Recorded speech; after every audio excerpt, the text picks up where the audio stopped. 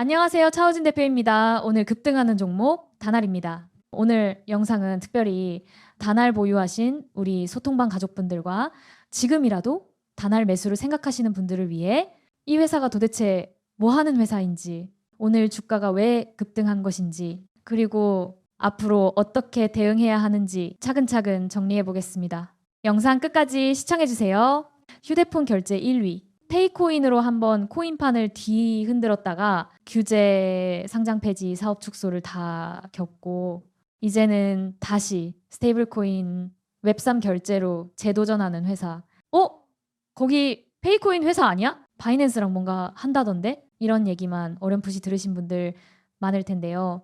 오늘은 이 회사의 본업 구조가 어떻게 돼 있는지, 페이코인, 바이낸스, 스테이블코인, 오버 프로토콜까지 이른바 가상자산 이막이 어떤 그림인지, 그리고 지금 이 가격에서 도전 vs 회피를 어떻게 나눠봐야 하는지 먼저 본업부터 보겠습니다. 다날은 1997년 설립, 2000년에 국내 최초로 휴대폰 결제 솔루션을 개발하면서 전자지급 결제 시장을 열었던 회사입니다.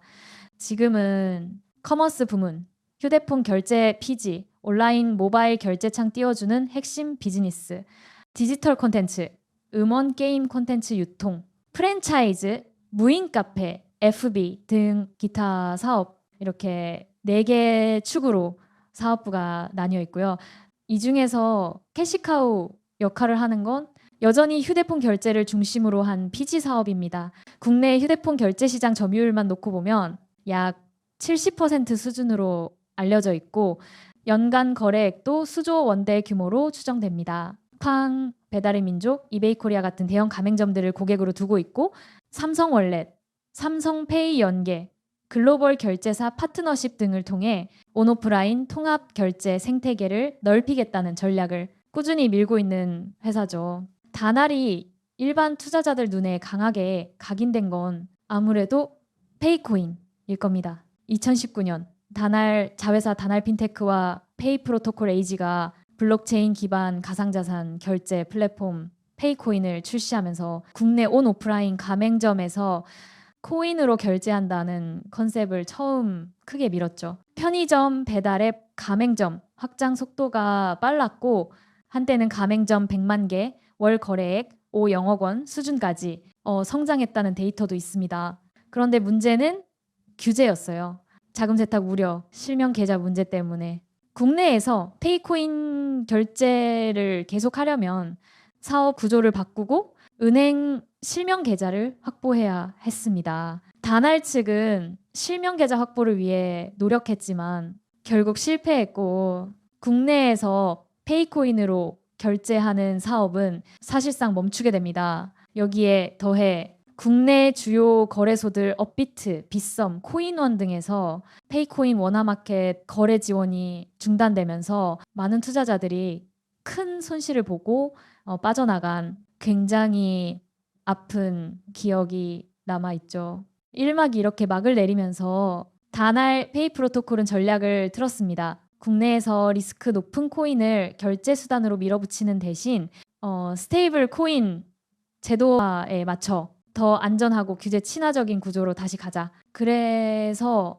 최근 기사들을 보면 페이코인 자체보다는 BTC, ETH 등 해외에서 페이코인 활용성 확대, 스테이블 코인 기반 결제 인프라 준비, 이런 방향으로 사업을 다시 설계하는 모습이 나옵니다. 또 하나 큰 뉴스가 글로벌 가상자산 거래소와의 협업입니다. 최근 세계 최대 거래소와의 협업 소식이 나오면서 주가가 단기 급등을 한 적이 있는데요. 언론 기사에서는 바이낸스 협업 소식으로 주가 반등했지만 배달, 무인 카페 등 기존 신사업은 실패했고 남은 건 적자뿐이라는 꽤 날카로운 분석도 함께 나옵니다. 요약하면 이 회사의 본업 피지 여전히 캐시카우지만 프랜차이즈, 배달, 무인 카페 등 여러 신사업은 성과가 미흡했고 가상자산 쪽은 1막에서 큰 상처를 입었다. 그래서 지금의 협업 웹3 뉴스는 새로운 기회이기도 하지만 동시에 실적 재무가 따라와야만 의미가 있는 카드라는 점을 꼭 같이 보셔야 합니다. 오늘 기준으로 제일 핫한 뉴스는 이겁니다. 다나리 차세대 블록체인 기술 기업 슈퍼블록에 전략적 투자를 단행했다는 기사. 슈퍼블록은 누구나 운영 가능한 경량 노드 기반의 L1 블록체인 오버 프로토콜의 개발사인데요. 오버플렉스 서비스로 리워드 바우처 결제를 쉽게 연결하는 웹3 서비스를 만들고 있고요.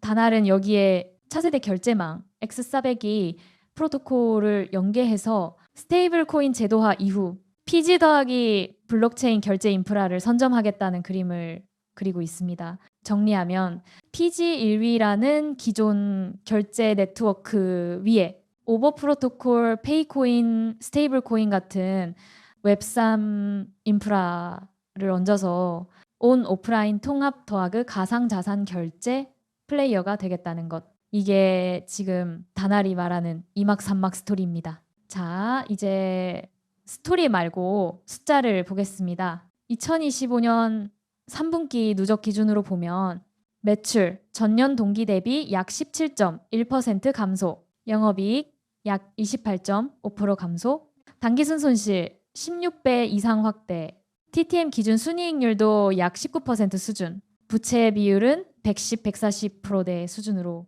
무난하다고 볼 수도 있지만 문제는 지속적인 적자입니다. 2025년 1분기만 따로 봐도 매출 567억에 영업이익 23억으로 영업단에서는 그럭저럭 버티지만 순이익은 25억으로 적자 전환.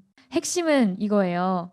휴대폰 결제 PG 본업은 여전히 캐시카우인데 디지털 컨텐츠 프랜차이즈 신사업에서의 손실, 가상자산 관련 투자 비용이 겹치면서 그 이상의 적자가 쌓이고 있다는 것. 즉 다날은 돈 버는 본업 더하기 꿈 많은 신사업 구조라기보다 탄탄한 본업 위에 적자 실패를 몇 번 쌓아온 회사라서 투자자 입장에서는 이번 웹3 스테이블 코인 드라이브는 진짜 숫자로 돌아올 수 있나? 이 포인트를 가장 냉정하게 보셔야 합니다. 차트와 오늘 흐름을 같이 보겠습니다. 2025년 들어 다날 주가는 영원 안팎에서 박스권을 만들다가 페이코인 바이낸스 웹3 관련 뉴스가 나올 때마다 단기 급등 다시 조정 패턴을 반복해 왔습니다. 오늘 기준으로는 음원 음반 테마 강세, 결제 서비스 테마 강세, 웹3 스테이블 코인 뉴스 이 겹치면서 장 초반 VI 발동 급등한 상황이고요. 수급을 보면 개인은 뉴스 뜰 때마다 추격 매수, 외국인 기관은 단기 트레이딩 관점에서 매수, 매도를 반복하는 패턴이 자주 나타납니다. 그래서 이 종목은 조용히 모아가는 가치주라기보다는 뉴스 테마에 매우 민감한 변동성 종목으로 인식하는 게 더 맞습니다. 페이코인 1막에서 손실 보신 분들에겐 복수하고 싶은 종목일 수 있고 처음 보는 분들에겐 PG 플러 웹3 플러스 스테이블 코인 대박 스토리로 보일 수 있는데 둘 다 감정이 앞서면 다시 한번 고점 물림이 나올 수 있는 구조라는 점 꼭 기억하셔야 합니다. 첫 번째는 다날이 진짜로 PG 더하기 스테이블 코인 웹3 결제 인프라 회사로 임하게 성공하는 시나리오입니다. 이 경우에는 슈퍼블록 오버 프로토콜 X 400이 프로토콜 협력이 실제 상용 서비스 매출로 이어지고 글로벌 거래소 및 파트너십을 통해 해외 결제, 온 오프라인 가맹점 확장이 이루어지며 PG 본업 매출이 크게 꺾이지 않는 선에서 새로운 피수익원이 추가되는 그림이 나와야 합니다. 이게 되면 지금의 주가는 PG 캐시카우 더하기 웹3 콜옵션으로 꽤 매력적인 구조가 될 수 있겠죠. 두 번째는 본업은 버티는데 신사업은 계속 적자 더하기 테마주로 남는 시나리오입니다. 휴대폰 결제 시장은 여전히 성장하고 있고 온라인 쇼핑 증가로 전자지급 결제 시장은 좋아요. 하지만 디지털 콘텐츠 프랜차이즈에서 그 수익성이 계속 제한적이고 웹3 가상자산 쪽에서도 큰 이익을 못 내면 주가는 뉴스 때마다 튀지만 결국 박스권 테마주로 머무를 가능성이 높습니다. 이 경우엔 나는 이 종목을 트레이딩용으로만 볼 것인지 아니면 정말 장기로 들고 갈 것인지 기간 전략을 명확히 나눠야 합니다. 세 번째는 실적 재무 개선 없이 적자와 투자 부담만 더 쌓이는 시나리오입니다. 매출이 계속 줄고 영업 이익이 줄거나 적자로 돌아서고 순손실이 눈덩이처럼 불어나면 시장은 피지 캐시카우를 보더라도 디스카운트를 크게 줄 수밖에 없습니다. 특히 가상자산 관련 신사업들은 규제 정책 변수가 크기 때문에 규제 환경이 불리하게 바뀔 경우 한 번 더 큰 데미지를 입을 수 있어요. 그래서 다날 보실 때는 최소한 이 네 가지는 항상 체크해 두시고 들어가세요. 이익, 분기, 반기, 실적, 매출 추세, 영업이익, 순이익, 피지 본업이 얼마나 캐시카우 역할을 유지하는지, 원 가상자산, 웹3 관련 공시 기사, 슈퍼블록 오버프로토콜 X400이 거래소 협업이 홍보인지 실제 매출인지 구분하기, 규제 정책 변화, 스테이블코인 가상자산 결제 관련 국내외 제도 변화 체크, 주 주가 위치 vs 뉴스 강도, 이미 뉴스 다 반영된 고점인지 공포 무관심 구간인지 뉴스 강도 대비 가격 위치를 냉정하게 보기.